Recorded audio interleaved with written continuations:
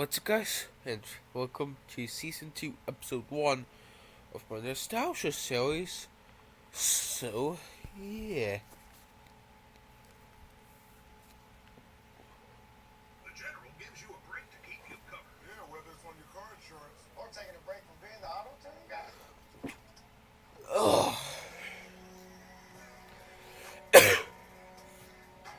For a Primo rate, go for the General. Ricky's truck is having trouble starting. He went to AutoZone, where a friendly AutoZone tests and charges his battery. Hey guys, Chris Fix here. Today we're working on a new project. I don't know if you can tell where you are. Hopefully you can't, because if you can, that's not good. You're in the back of a cop car. This is actually a 2005 Ford Crown Victoria P71. Just picked it up for my buddy who is a police officer, and we're converting it from a normal Crown Victoria to a police car. We picked this up for a great price, but it does need some work.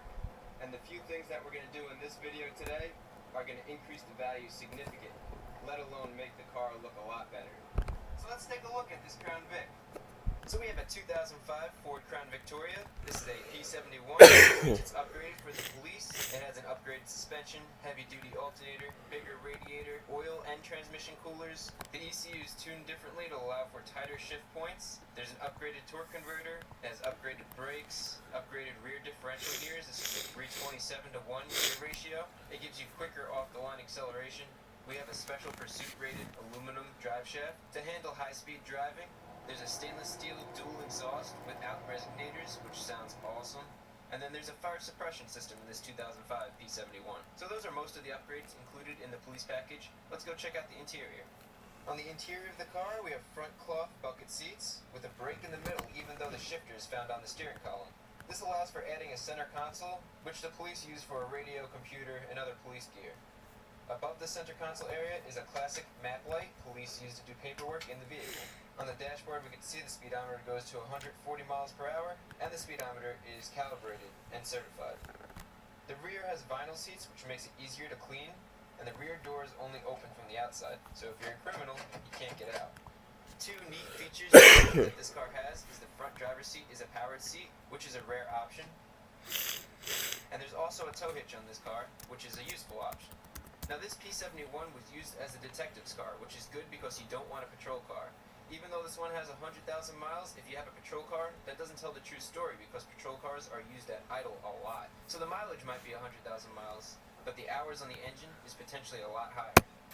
As you can see with this car, we're missing the front grille and the headlights are filled with water and very hazy. In addition, the spotlight does not work. Now that you know what a P71 is, let's start Project Police Interceptor. In the first episode of Project Police Interceptor, we're going to put in new headlights and a grille, and fix the spotlight. So let's get started. We're trying to do this project on a budget, so these headlights are from PartsMax. They specialize in aftermarket parts and have great deals on headlights. Plus, they were able to ship these to me quickly. And then the grille we found in pretty much brand new condition at a local scrapyard that junks New York City taxis. They wanted $30 and we talked them down to 10. If I wasn't able to find a good condition grill at the scrapyard, I was going to get the grill from PartsMax too, but we lucked out. We found a good one. So enough talking about the new parts. Let's get down to business. I'm going to go show you how easy it is to transform the look of the car and significantly increase the value of the car. So to get access behind the grill, we need to take off this shroud right here, and this literally just comes right out just like that. They make it nice and easy for you, and then we have access to the headlights as well as the grill mounting points. Let's go do the headlights first. So to remove the headlight, we have two wiring harnesses back here that we need to remove. Just get your flathead screwdriver. And this brown one just has a little button right here that you press down and you pull this out. Now there's these two tabs right here. You just pull the tab straight up and that'll come out. Do the same thing for this one. Might help if you use the pliers. And then this headlight will come right out. Just like that. You can see the previous owner had moisture issues, so they used a bunch of silicone at the top. So we're going from this to that. Attention. If dealing with your insurance company causes one or more of the following, you may have Chornoya. Don't wait, call NJM today. The pet-friendliest people search pet-friendly listings on the pet-friendliest site. A to Z Savings, our biggest sale of the year. Free glass cleaner, a free oil filter, free brake pads, and more. Hundreds of deals from A to free at A to Z Savings. Now for March 19th. Restrictions apply. Thanks for calling the Lash Line. Want to ditch your falsies? Trying to skip your salon lash lift? Go on average lash. But we need to put in the yellow running light bulb. Gonna remove that seal. So we're gonna take out this bulb right here in these headlights. Just turn it and wiggle it out. We'll grab our new headlight, get the bulb in, and then make sure you turn it. This one actually takes a decent amount of force. Creates a nice seal so you don't get water in here. Now we can take our headlamp, slide this in. So we'll do this side first. Put it through like that, and slide this down, just like so. Might take some force to get it in there, but it locks right in place. Now we're gonna do the other ones. Same idea.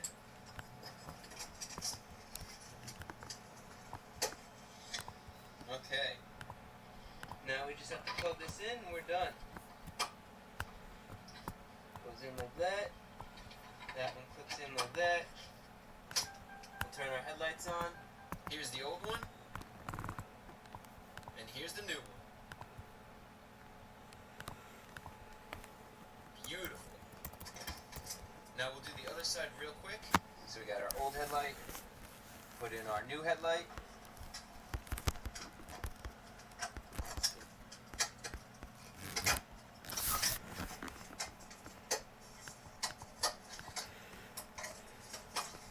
Look at that. So much nicer already. Now let's get this grill on.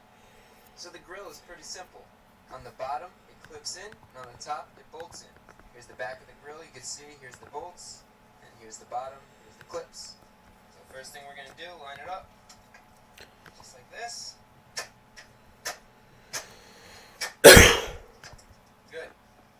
Now looking from the back of the grill, if we look, you can see here, there are 1, 2, 3, and 4 bolt studs. And we have these nuts. We're going to go right on like that. That's 1. That's 2.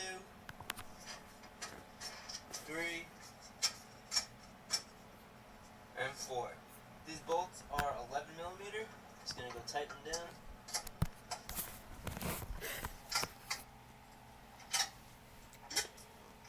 Good. All we have to do is get our little guard here. Slips right in.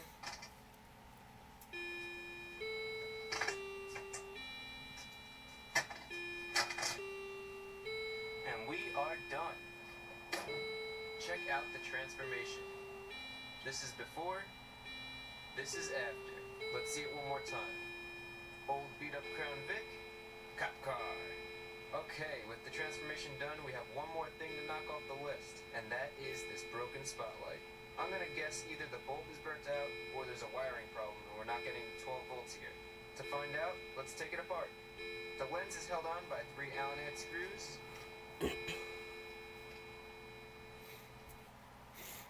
And it pops off just like that. So already I noticed something wrong. The red wire is supposed to be attached to a terminal in here, but all I see attached is the ground. So I'm going to take the ground off and we'll get a better look. So here's our ground, and our red wire is supposed to attach right in here. You can see here's a plastic coating which prevents the black and red from touching. So let's reattach the red wire and make sure the light works. Now we'll connect our ground, and let's try this light out. So there we go. The whole reason the light wasn't working was because that disconnected red wire. So I just want to make sure you guys understand how this light bulb works and how this whole wiring setup works. It's really easy. Here's the back of our light bulb. We have a red wire, so this is our power wire, which goes into here, and that's what turns this bulb on. So our power wire supplies power to the bulb, and after power goes through the bulb, it exits the bulb through the ground wire, which is this right here. So you can see right here, here's our ground wire, and it grounds right to this bolt right here, which which just grounds to the frame of the vehicle. Now, interestingly, there's a little tab right in there. I don't know if you can see it too well, but that tab right there, that's your power. So in between the ground is your power, that little post right there. And this power wire coming from the light bulb needs to go around that post. And it wasn't there, which is why we weren't getting power. So this fix is really easy. We're just going to get our power cable from our light, push that on there like that, and then just crimp it down so it doesn't go anywhere. So with that red wire attached, we'll attach our ground, sneak this back in here, attach the trim, screw the 3 screws into the trim to hold the light into place. Now let's see. Beautiful. Move it around, make sure it doesn't fade in or out when it gets vibrated a lot. Nope. Good. Fix the light. So we did a lot and made Project Police Interceptor significantly nicer than it was. The headlights from PartsMax and the grille from the junkyard really completed the car. And what's a cop car without a working spotlight? Project Police Interceptor is really coming along. Hopefully you enjoyed episode 1 of Project Police Interceptor. If you like this, there'll be a few more episodes in the series where I wire up a siren, install undercover red and blue police lights, as well as some other surprises. And this gets very loud.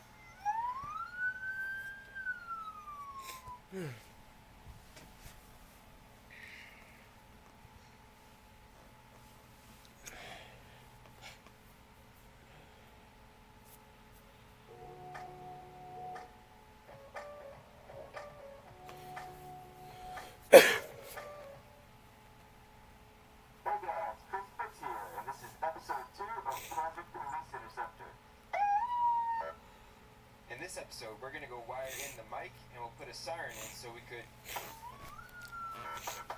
make some noise. For those of you who haven't seen episode 1, I'll leave the link to that video in the description below. Go check that out. It'll give you an idea of what this project's all about. And it'll also show you what fixes we did to start with. Now I just want to be clear, this car is for a police officer. He is legally allowed to have a siren and lights installed in his car. This is his off-duty vehicle, which he'll be using for transport to and from work.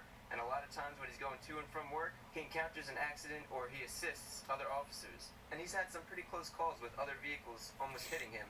And that's why in this episode we're going to be installing a siren so his car will stand out and people will know to slow down, making his job a lot safer. Remember, never impersonate a police officer. And before installing anything like this on your vehicle, check your local laws. But all of that should be self-explanatory. So let's begin. So with our setup here, we have a mic, we have a siren that we're going to install in the front of the vehicle, and then we have our box which is going inside the vehicle. And this box allows you to control the siren. You can add lights to it, which we'll do later on. We could raise the volume. I'm keeping it low right now so we don't hurt our ears.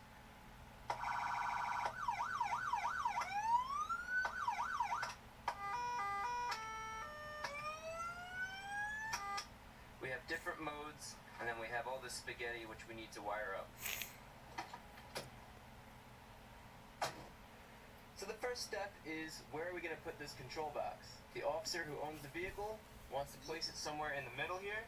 Now normally you would have a center console or something in here that this would mount to. But in this case we don't have a center console yet, so what we're going to do is we're going to temporarily mount it right here. It's within reach of all the dials and everything. We can get to the mic really easy. The wiring harness will go out behind here. And that brings me to an important point. Whenever you're wiring something, doesn't matter if it's a radio, doesn't matter if it's lights, whatever, you always want to have a plan. You can't just go at it and hope for the best. When you're wiring, there's certain gauges of wire that you'll need based on how long the wires have to be and how many amps you're going to draw. It sounds complex, but it's really simple. Check this out. So let's say we're using 10 feet of wire and our siren's going to draw 10 amps. That means we need 14 gauge wire. So that's why it's important to have a strategy when you're doing all this wiring. In this case, we're wiring up a siren, so it's important to know where we're putting this control box. So when we wire everything, we know the distance, and then that'll give us an idea of what gauge wiring we need to use. So this siren's going to have a 7.5 amp draw and a 10 amp fuse. So we're going to say 10 amp maximum draw, because anything larger than that, the fuse is going to blow. That means when we look at this chart, we're going to be working in the 10 amp column here. Now let's figure out how long our wires are going to be. longest wires we're going to be running are going to be going all the way to the battery over there. So in order to make it to the battery, we're going to run from here along the side all the way there. That's about 10 to 15 feet. So at 10 amps and 10 feet, we have to use 14 gauge wiring. Now that we know the length and gauge wire we're going to be running, let's take a look at the wiring harness. So we have our spaghetti wiring harness here with all the different color wires, and that means absolutely nothing without our wiring diagram. The wiring harness connects to the back of our control box via this connector. Very simple. But then we have all these colors here that we need to know where it wires to. And then we have our speaker, which is pretty simple. It's 2 wires. And then we need to mount this somewhere. And just to be clear, as usual, I drew out a diagram. You can see, here's our radio box, which is that. And our black ground goes to the chassis ground, so anywhere there is a clean, bare metal spot on the chassis, we connect right to that. Our red wire goes to the battery for power. Our yellow wires aren't getting used right now, but they're for the lights. And then our green wires go right to the speaker or the siren, whatever you want to call it. So that's our setup. So now that we got our spaghetti figured out, let's go see where we're going to mount our siren. Our siren is really heavy, so it has to be in a sturdy place. The other thing is the siren is directional, so the sound waves come out this way. So we want to mount this somewhere facing forward. We also want to mount it somewhere where the sound waves could penetrate through. So somewhere in the grill would be perfect. Get behind the grill you already saw in the previous episode, just pull that right out.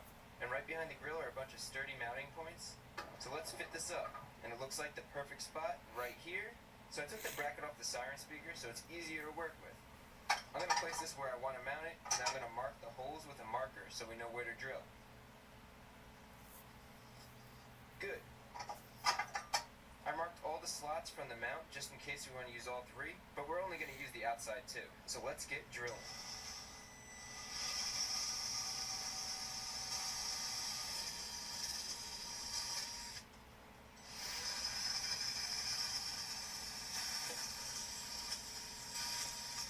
Now we'll test fit the bracket to make sure it fits correctly. This fits great, so let's mount up the siren. We want to make sure our speaker is facing forward and out of the vehicle.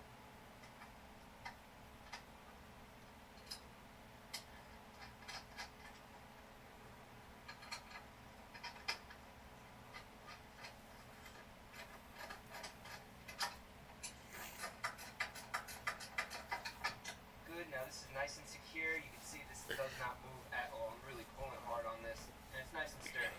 And this is the view from the front. I think we picked the perfect place to mount it. Now let's go run the wires. From inside the car, we need to take this wiring harness and run the wires from our control box through the firewall to get to the engine bay. So all these wires need to find a spot through the firewall. So let's go look at the driver's side footwell. And what we're trying to do is find any passages through the engine bay, like this shifter cable right there, or right there with this wiring harness, or with the steering column, so we could slip our wires through. And to be honest, when I'm looking under here, I don't see anything, so we might have to drill our own hole. So I'm going to look right underneath that wiring and see what's on the engine side of the firewall. Okay, so we're coming in from the driver's side here, and we want to look for that wiring harness. There it is. So that's the wiring harness that we just saw from the interior. And we want to make sure there's nothing underneath it so we could drill a hole. So right under the wiring harness, there's just that black sheet of insulation. So we could drill right through the firewall, and that's where we'll run our wires. So it's looking real good. We could drill right there. Nice small hole, put a grommet, make it nice and neat. It's away from the wiring harness, and that sounds like a plan. So now we need to be able to slip all these wires through a grommet. And a grommet is just a piece of rubber. And what this does is it protects the wires and closes off that hole so that there's no chafing. So you can see these wires will actually fit nice and snugly in this grommet. And if we want to add 2 more wires, there's just enough space. So if we want to add those light wires, we could always do that later on. So what we need to do is we need to drill a hole that is the inside diameter of this grommet. And then we'll snap that grommet in, and then we could run wires through the firewall without a problem. And convenient enough, the same drill that we just used to drill those holes to mount the siren fits this perfectly. It's a little bit bigger than the inside diameter, which is what we want, just slightly larger, and that'll fit perfect. But first we're going to be using a smaller bit to drill a pilot hole into the firewall. We're going to go right below that wiring harness, right here.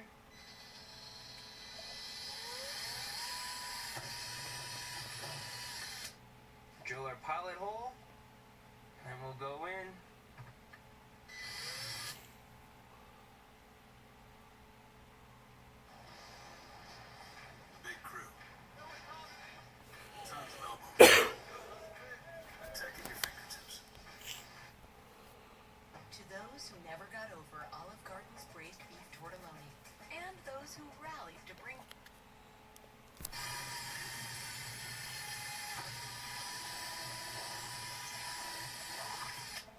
Perfect. So now the wires will pass through here without a grommet. The problem is, you can see already the edge, even though it looks pretty smooth, a little bit of vibration and movement over time like that will chafe the wires. So what you do is you get this rubber grommet, which goes right in the hole like this. There we go. Now, when the wires go in here and it moves in and out, there's no chafing because it's rubber, so it's really soft. So now we have our grommet installed. You can see the light from the outside. Now we can run the wires through there. Now we're gonna mount the radio so we can run the wires through the firewall.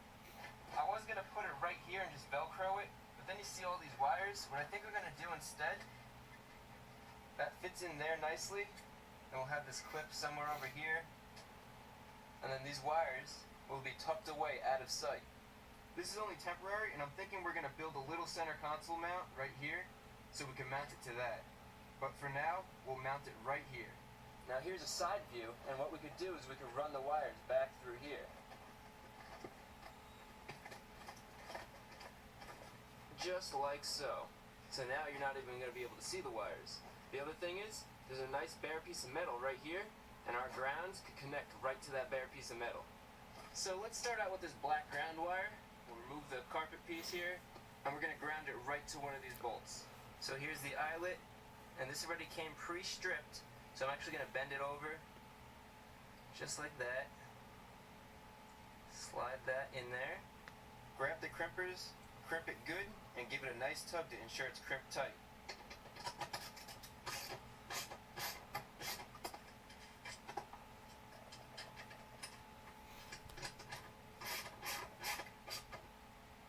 Beautiful.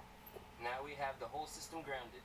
Now I didn't trim the black wire because if we're going to move this forward a little bit, we might need some more room. So I'm just going to tuck this in here, out of the way. Beautiful, can't even see it's there. We'll put our trim piece back. And you can't even tell there are wires there. Since we aren't using the yellow wires right now, I'm going to tape them up since they came pre-stripped. This will prevent any shorts. And now we can tuck those wires out of sight as well. Now let's get the red wire and the two green wires through the grommet. Remember, the green wires go to the siren or the speaker, whatever you want to call it, and the red wire goes to the battery. Now let's take the wires and route it to the grommet. Slide it through the grommet and pull it through to the engine bay. Now if we look how we're wiring this and where we're running it, you want to keep it away from all moving parts. This is going to get zip tied up against this vacuum line up here, so it's not just dangling there. But you can see, it goes up and over everything. So it's not in the way of any of the brake or even the gas. It's out of the way of all moving parts. It's not near this, which will turn. This is your steering shaft. And it goes up and over everything and then down through there. I'm also going to zip tie it right here up against this wiring harness so this doesn't move either. Just to keep everything steady. This needs to be reliable, needs to work every time, and it needs to be safe. Now that's the end of the wiring harness that they supply you. So you're going to have to add your own wires so that you can run it from here all the way to there, and then also all the way to the battery on that side. To run it there, we're going to be using this tubing so that none of the wires fray. So the wires are all going to go into this tubing, which will protect it. Since it's going to be around 10 feet of wiring, I'm going to use this red wire for this red wire and this black wire for the speaker wires. And these are 14 gauge, and that'll prevent any significant voltage drop. So it'll keep the wires cool, it'll allow the full 12 to 14 volts to run through it, and it'll just keep everything running in tip-top shape. So now I'm going to just go run the black wires to our siren. Now we have our two black wires of equal length. I'll strip the ends. Now we have all of our ends stripped so we can connect the two green to the two black wires and run them to the speaker. You get both stripped ends of the wire, push them together, and you get your crimper and crimp them down. Then you give the wires a tug and test it out. Do the same exact thing for the other wire, and then we'll use the heat gun to shrink the rubber around the crimp and make it watertight.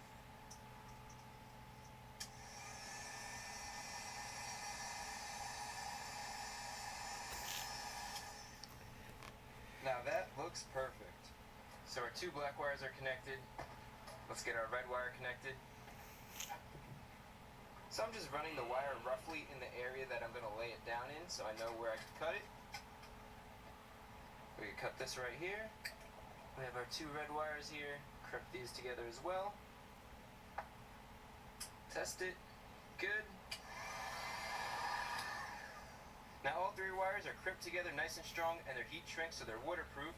Now we're going to get this plastic hollow tubing and we're going to run the wires through the tubing and it'll just keep these wires nice and protected. So you can see there's a split right down the middle of this. All you do is feed the wires into the tube like that. There's just this little bit of red wire sticking out now, so we'll tuck that in there. So now we're going to route this where we want it. We're going to go through the hole that's right down here.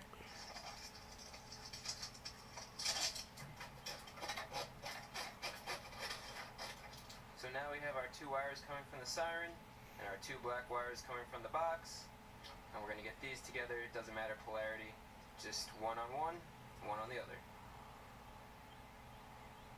That's 1. That's 2. Now we'll heat shrink them. Alright, that's all connected up. Sneak that in here. I'll tape up these wires with black tape just to make sure they're nice and neat. Let's finish running this underneath here. Now let's run the red wire through the hole in the frame to get to the battery. So I have this eyelet, but the plastic around it isn't heat shrink. So I'm going to take the plastic off, and I have a piece of heat shrink to fit right over it. Heat shrink prevents corrosion, holds the wire in place, and really seals in that connection from the elements, so I prefer using it. I'm going to slide the heat shrink on the wire, and then attach the eyelet to the end. Crimp it down, slide the heat shrink over like that, and use a heat gun to shrink it. So we're about to connect the power wire, so make sure the siren box is shut off completely. We'll tighten this down. Close that up. And now let's go try it out. Okay, everything's all wired in place properly. Let's go turn her on. We got power. Beautiful. Okay, now that we know it works, I'm going to just shut it off and we're going to finish tidying up all the wiring. I'm going to use zip ties to secure the wiring harness so it doesn't move around. So we have our wires coming up. It's secured right here. It comes across. It's kind of tucked down into there, all secured. It goes through there, comes up, and here's where I'm going to want to secure it, right up here.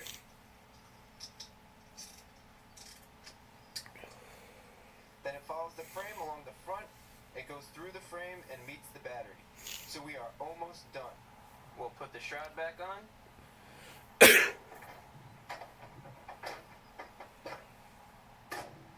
Now we have one more thing we need to do. We need to mount the microphone somewhere in the car. Comes with this mounting plate. I kind of like right there. So then it'll sit just like this. So we're going to put it like right here. These will screw in. First I need to drill a hole. Actually, I wonder if I could put it right here. So right here we have these vents.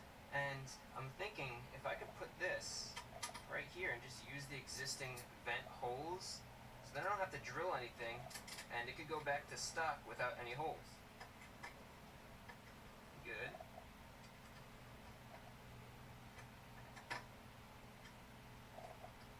And that's dirty. That's not coming off right there. I like that. So now we can easily grab that from the driver's seat, put it back. The best part is there's no holes, so I didn't have to drill holes in here. So if we wanted to put this somewhere else, we could easily just tape that off. Beautiful. Now we're officially done. Let's go try the siren out. That's how you turn it on. You can adjust the volume right here. We'll put it at about half volume. And then you have different settings here.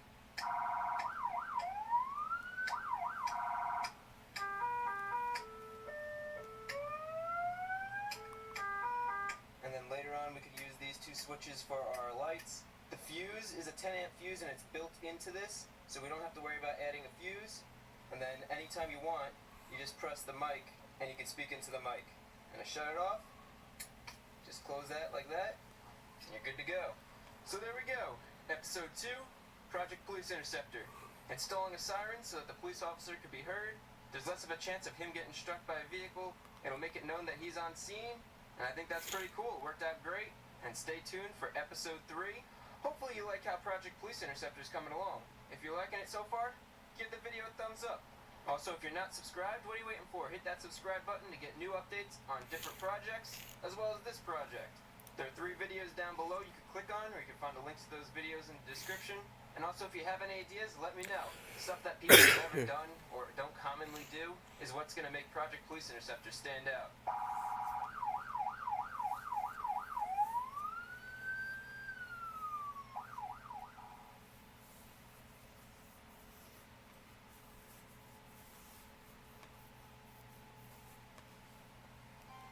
One likes it dry, one likes it wet. Tasteful's gravy is what they both get. Serve it dry with delicious gravy baked in, or add water, stir, and make gravy for the win. New Tasteful's gravy from Blue Buffalo. Check out our full wet lineup, including foods and snacks. Hey guys, Chris Fix here. Can we get a thumbs up because Project Police Interceptor is back?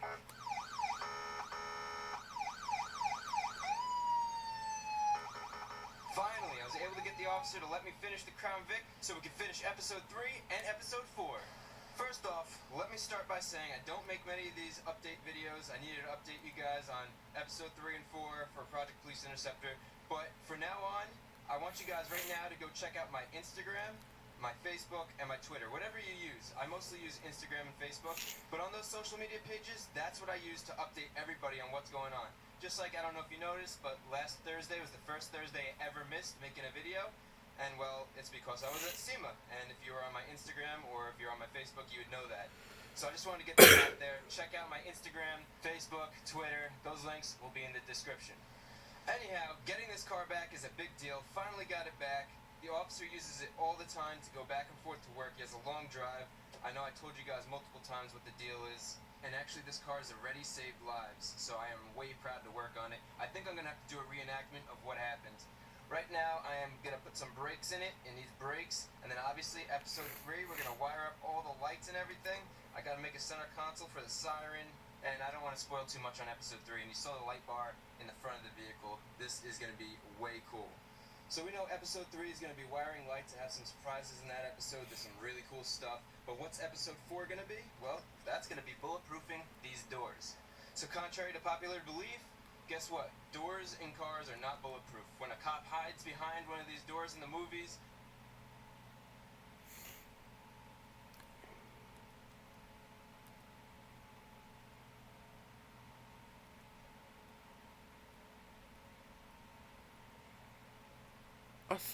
I think he abandoned his YouTube channel because he was like videos from like 3-4 years ago, like how to super clean your wheels and how to replace your entire driveway and all that. And then the uploads start getting spaced apart. So there was 1 year ago, 11 months ago, 8 months ago, 5 months ago, 2 months ago, and 2 months ago, and the last one was 2 months ago. As the date of recording right now, he's still definitely making money. Because like 2 months ago, 2 million views, hell, 1.9 million views exactly. And like, definitely like his how to properly replace trail bearings. In like 5 months, that will probably be at 1 million views. Same thing as the top car tools and gadgets of 2025 Christmas gift ideas. That in 5 months might be at 1 million views. So he's definitely still getting money. Just like, 99%. I used to watch him, like this video that I'm currently watching him. Was uploaded, And November 9th, 2015, I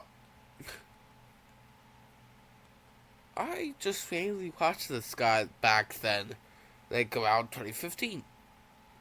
I was like, when I watched this guy, I was in between like 4 and like 7.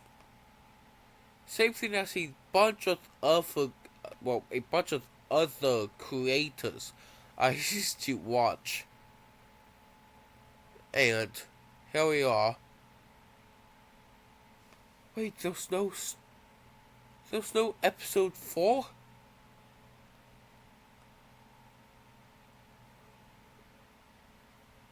Well, there was obviously... Well, there was no episode 4, but, like... How to build a police car, Project Police Interceptor, that fail here will probably be, like... Probably doing it, but I didn't realize that there was an episode 4. Oh, well, now I know.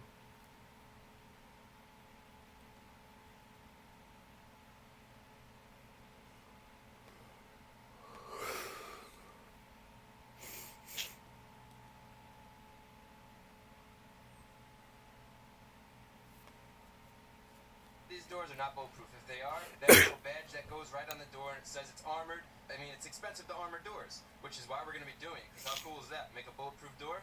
Bulletproofing this door is going to be expensive. We're going to shoot a real door and prove it's bulletproof. That episode 4 is going to be insane. It's going to be awesome.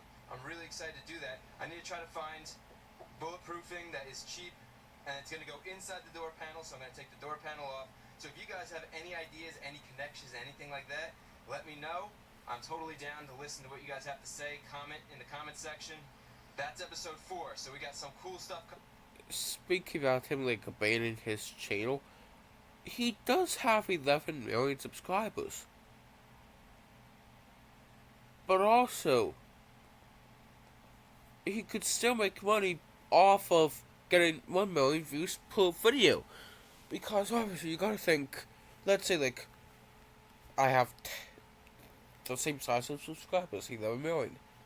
1 million of those channels are probably people that abandoned that channel, or just don't watch videos on that channel anymore. Like him. Or just not subscribe to him on like a new account. Like if I switch to my other account that I'm not subscribed to him with, I could just watch him, and I could technically say that I abandoned his channel on this channel that I'm currently watching on. So yeah, so probably around 1 million abandoned his channel of watching his content. Another million are probably dead. So that's 2 million, so there's 9 million. And if you get 1 million per video of the same people, there's another million. So that's 3 million. So there's 8 other million people that are just randomly subscribed. But I like this channel. If I ever, well, probably in one of my lore videos, I'll probably talk about this channel. Actually, hold on. I know that I shouldn't do this, but I'm watching one of his YouTube shorts right now. This might be a useful one. Here's everything you should check Damn. on your car before taking it on a road trip. Okay, maybe he didn't abandon his channel, because guess what? Most recent YouTube short, February 12th, 2026. I still miss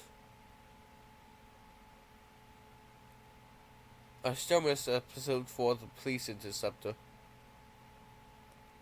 Anyway. Oh. There's nothing like traveling in style with the largest global airport lounge network. There's nothing like platinum.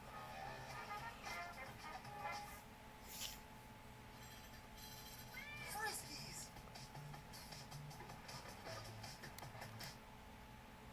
Hey guys, Chris Fix here, and today I'm going to show you how to paint your wheels. In this video, I'm going to be painting these steel wheels to make them look amazing, and to transform the look of this car.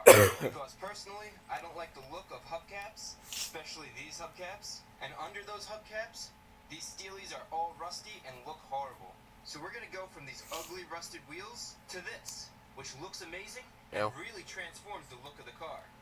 Anyway, The process I'm about to show you will work for any wheel you want to paint.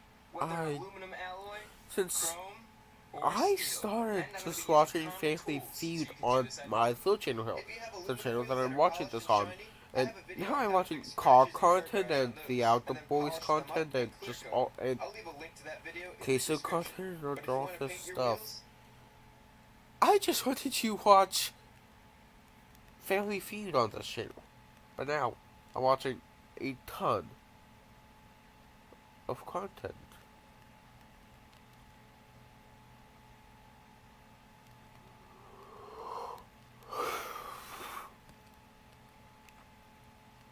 Anyway, I could still search.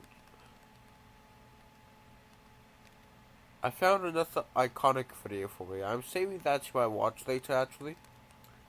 Talk about my watch later. Yeah, actually, I'm going to watch that video now.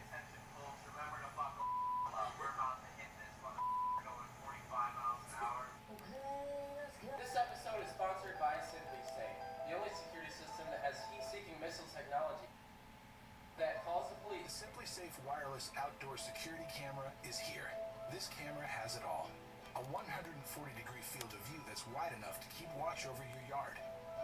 Digital zoom, and a built-in spotlight for color night vision. It's incredibly simple to set up.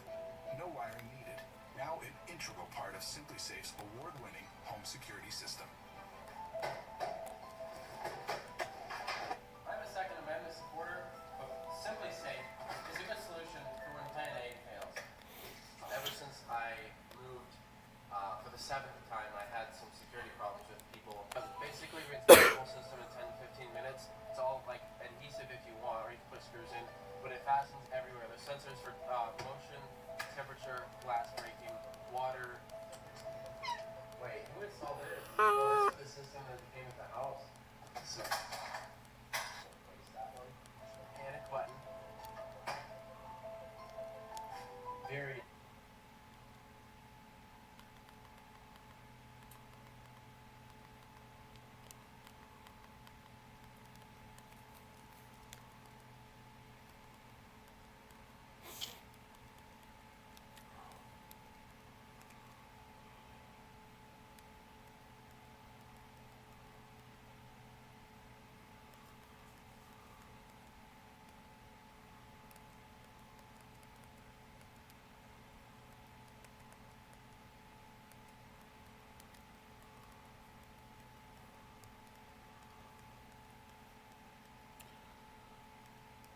Oh wait, you know what I said? I went to there's that. But you remember when I said I wanted but roast family feud. Rosef. I'm searching it up on that Rosef. Okay, I lost Rosef.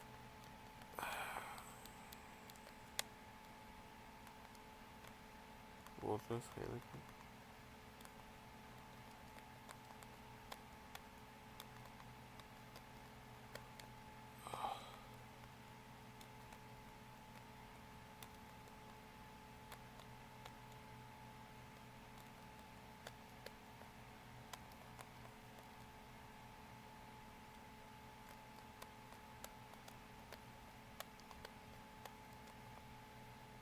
Blah. I feel like this TV is rage baiting me.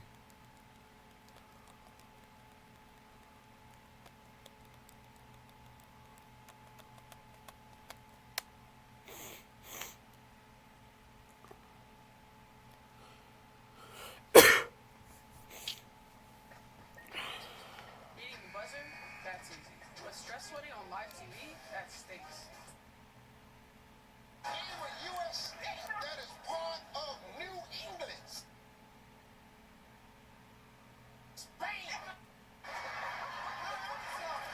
Top 6 answers on the board. Here we go. A cop I'm not pulls you even over for subscribed to speed. Family What's an Feud on here. excuse you give to get out of Blah. the ticket?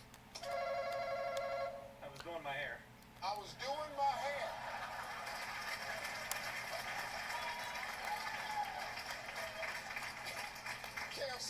said it, you just started going, right. Yeah, I was doing my job, officer. I'm pregnant.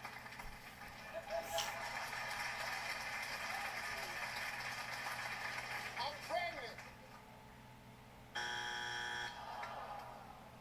Amanda. I've got to poop. Oh, I got a poop.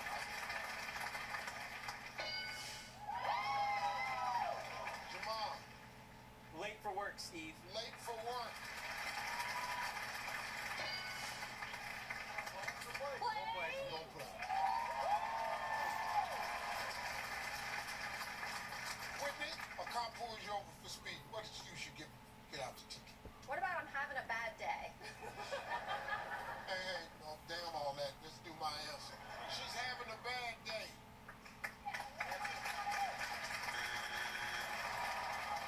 Kobe, the brilliant one. A cop pulls you over for speeding. What excuse you give him to get out the ticket? I didn't know how fast I was going.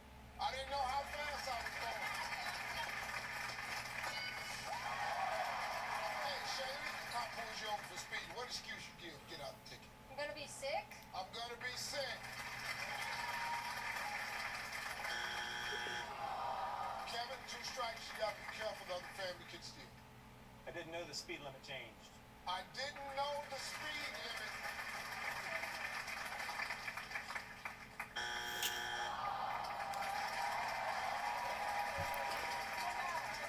A cop pulls you over for speeding. What's an excuse you give to get out the ticket? A family emergency, Steve. It's a family emergency.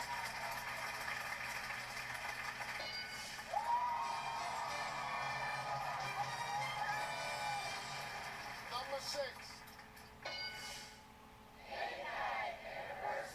5.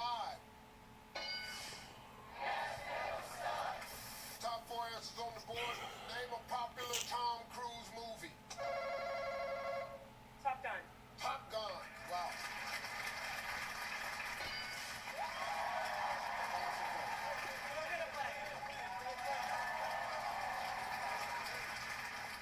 I know one more and that's it. Jason, name a popular Tom Cruise movie. Tom Cruise. My man. Tom Cruise. David, name a popular Tom Cruise movie. Mission Impossible. Yeah. Mission Impossible. I'm out. Right there, that's the one I knew. Marsha, name a popular Tom Cruise movie. Cocktail.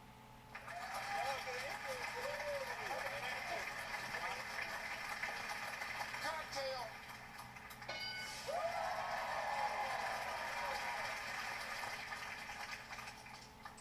Braylon, man, I don't know how this end up on you every time. One answer left. You give it to me. Y'all win this game. Name a popular Tom Cruise movie. The Titanic.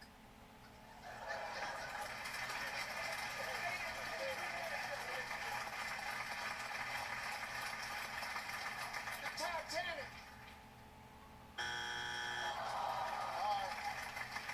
Caleb, you give me this one answer, your family wins the game. But we got 2 strikes, you gotta be careful. If it's not there, the other family can steal and win the game. 1984. It's up there. 1984.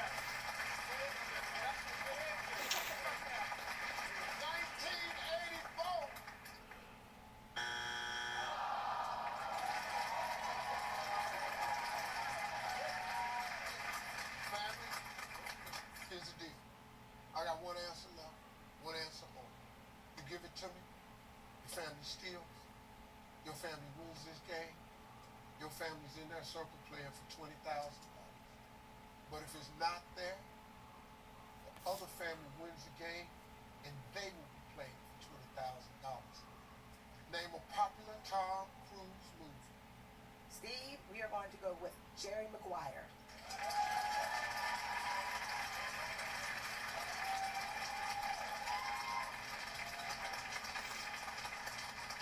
This is for the win. Jerry Maguire.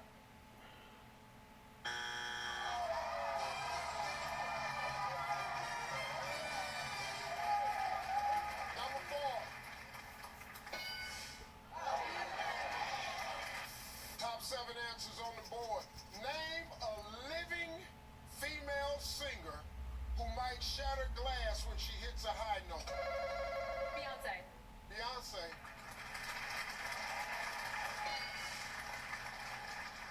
Madonna. Madonna. Pass or play? We're gonna play. Okay. Name a living female singer who might shatter glass when she hits a high note. Say Dua Lipa. Dua Lipa? Dua Lipa!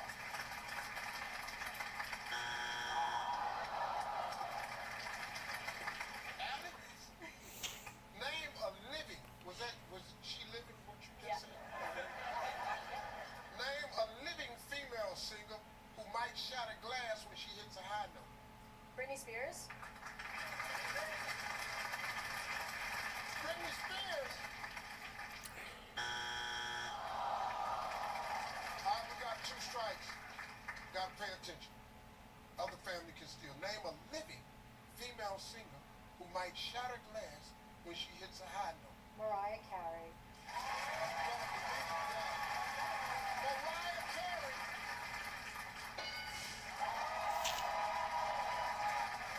Rick, 2 strikes. Sutton family can steal. Name a living female singer who might shatter glass when she hits a high note. Ariana Grande. Ariana Grande.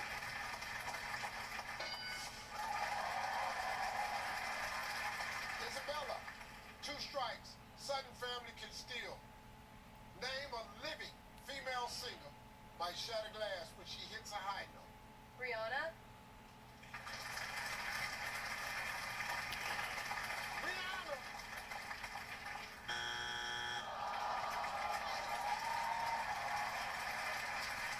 Name a living female singer who might shatter glass when she hits a high note.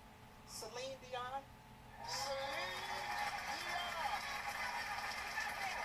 Come on, give it to me.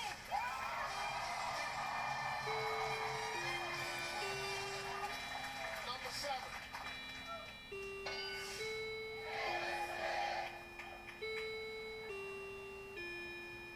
Six.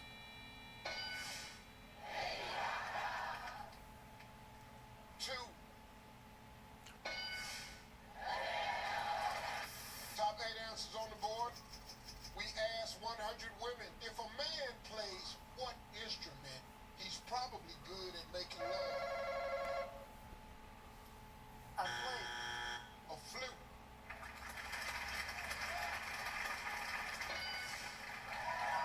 The bass, Steve, bass. Bass.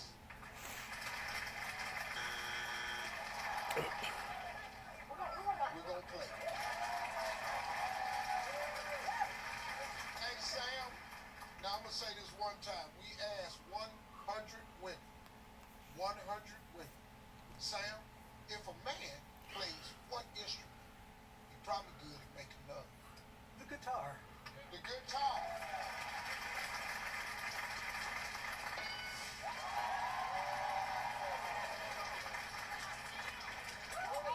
Sam, let me ask you something. Tell me. You good with your fingers? I tell you what. I'll tell you what. I'll tell you what. Susan, if a man plays what instrument, he's probably good at making love. The drums. Yeah, the drums.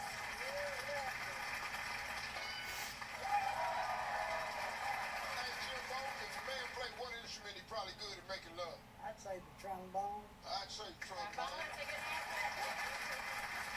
Trombone. Jody, if a man was to play what instrument, he probably good at love making. Piano. Piano.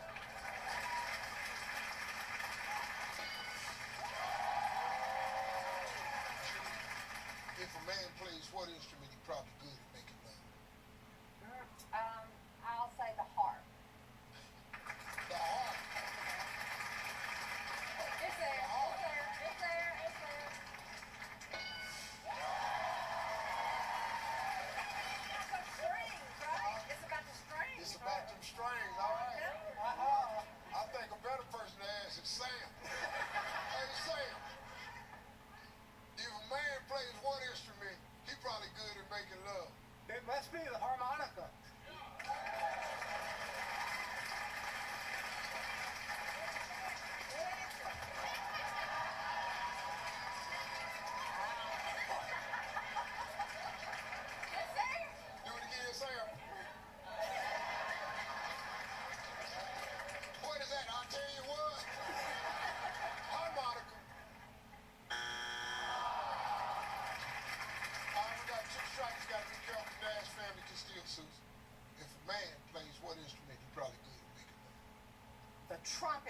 Trumpet.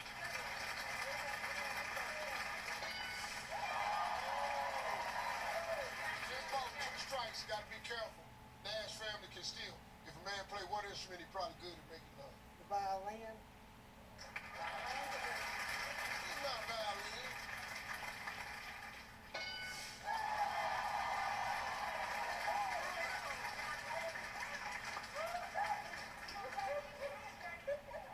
Sorry.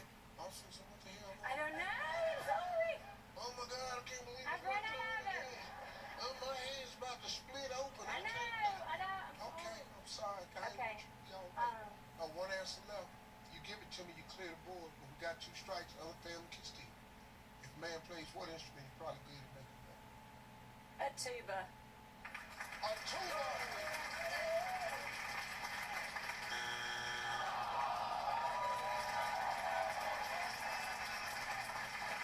We ask 100 women. If a man plays what instrument, he's probably good at making love. Saxophone, Steve. Yeah, play that saxophone.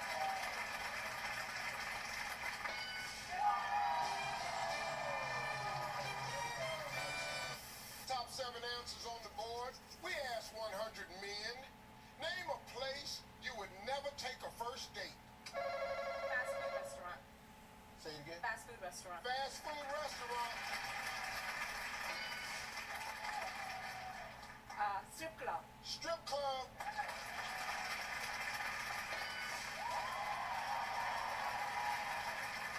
Probably.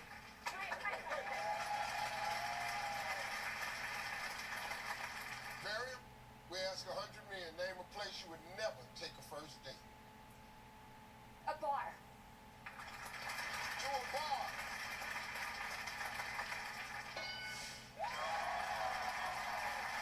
Alex, name a place you'd never take a first date. To my mommy's house. Yeah, you doggone right. Not on the first date. Now, you're not going to meet my mama not on day 1. No, now. To my mommy's house.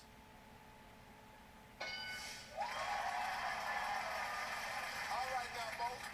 Name a place you would never take a first date. At the movie theater. And they ain't going to the movie theater. Hey, homie, we got 100 men. Name a place you'd never take a first date. Probably would be married if I took her here, but a sporting event. To a sporting event.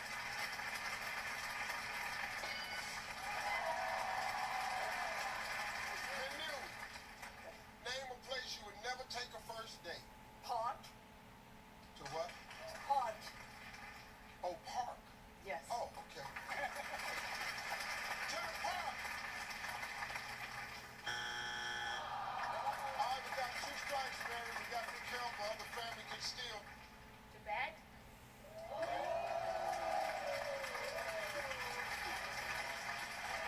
Old fashioned. That's right. That is so right. That's right. Do no sitting up in here doing that. To bed.